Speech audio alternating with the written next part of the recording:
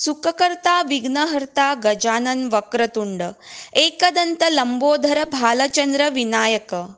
आमच्या गणपती बाप्पाची 108 नावां आणि तांचो अर्थ आम्ही जाणाच। कोणाक खबर ना जाल्यार कमेंटान सांगात। सगळी नावां आणि तांचो अर्थ फुडल्या व्हिडिओन सांगता। तशीच आमच्या गणपती बाप्पाच्या जन्माची काणी बीन सगळे जाणाच। थोडक्यान काणी सांगून मूळ मुद्द्याचेर वळटा। एकदा महादेव कैलास पर्वताचेर नासतना देवी पार्वतीक न्हावपाक वचपाचें आशिल्लें आनी तिणेन आपल्या दारार पहारो दिवपाक एक विलक्षण असो पहारेकरी दारार नेमपाचो थारायलें। तिणेन आपल्या आंगाचो चिखोल काडून स्वता मुर्ती तयार केली आनी आपल्या मंत्रशक्तीन त्या मुर्तीन प्राण घालून ताका जिवीत केलें आनी आपलो चलो म्हणून ताका गणेश अशें नांव दिलें। ताका आपल्या कुडीच्या दारा भायर उबें केलें आनी कोणाकूच भितर सोडूं नाका अशें सांगलें। कांय वेळान महादेव परत आयले आनी आपल्या कुडीन वचपाक लागले। तितल्यान गणेशान म्हणजे आमच्या गणपती बाप्पान ताका आडायलें। गणेश आनी महादेव हांच्या मदीं वादावाद वाडलो। महादेवाक खूब रागूय आयलो आनी तांणी रागान आपल्या त्रिशुळान गणपतीचें शीर कापलें। तितल्यान पार्वती भायर आयली। तिका खूब दुख्खूय जाल्लें आनी रागूय आयिल्लो।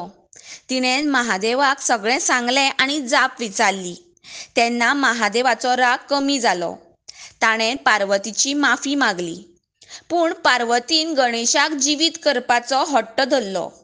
तेन्ना ताणें आपल्या सेवकांक सांगलें की तांकां उत्तर दिशेन जो सगळ्यान पयलीं प्राणी मेळटा ताचें शीर कापून हाडात।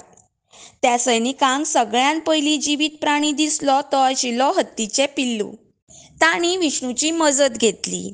विष्णून आपल्या सुदर्शन चक्रान त्या हत्तीच्या पिल्लूचें शीर कापलें आनी ते महादेवा कडेन घेवन आयले। ब्रह्मदेवान ब्रह्मकमळ तयार करून ताच्या पाखळ्यांतल्यान जीवन अमृत फाफुडून ताका जिवीत केलें। आतां येवया मुख्य मुद्द्याचेर। आमच्या बाप्पाचें म्हणजेच बाल गणेशाचें शीर कापलें आनी ताका बाल हत्तीचें शीर लायलें। हें कितें आशिल्लें?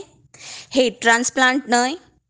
आतां अशें म्हणटात की अजून पर्यंत हेड ट्रान्सप्लांट सक्सेसफूल जावना आनी ऑर्गन ट्रान्सप्लांट हें पयले फावट खंयच्या तरी भायल्या देशान 1954 सालान सक्सेसफूल जाल्लें आनी खंयच्या तरी अमेरिकन सर्जनान तें सक्सेसफूल केलां म्हूण ताका नोबेल प्रायज बीन मेळ्ळां। पूण ह्या पौराणीक कथेंतल्यान आमकां कळटा की ट्रान्सप्लांट हें सगळ्यान पयलीं आमच्या देशान जाल्लें आनी आमच्या देवानी हाचो शोध लायिल्लो, तेंय बीन कितलींशींच वर्सां पयलीं। जशें हांव सदांच म्हणटां की आमच्या मंत्रांनी खूब ताकद आसा आनी आमकां गर्व आसपाक जाय की आमी अशा देवादिकाच्या भुमीक जल्माक आयल्या। हांवें जें कितें सांगलां तातूंत तुमकां जर आनीक कितें खबर आसा जाल्यार अवश्य कळयात।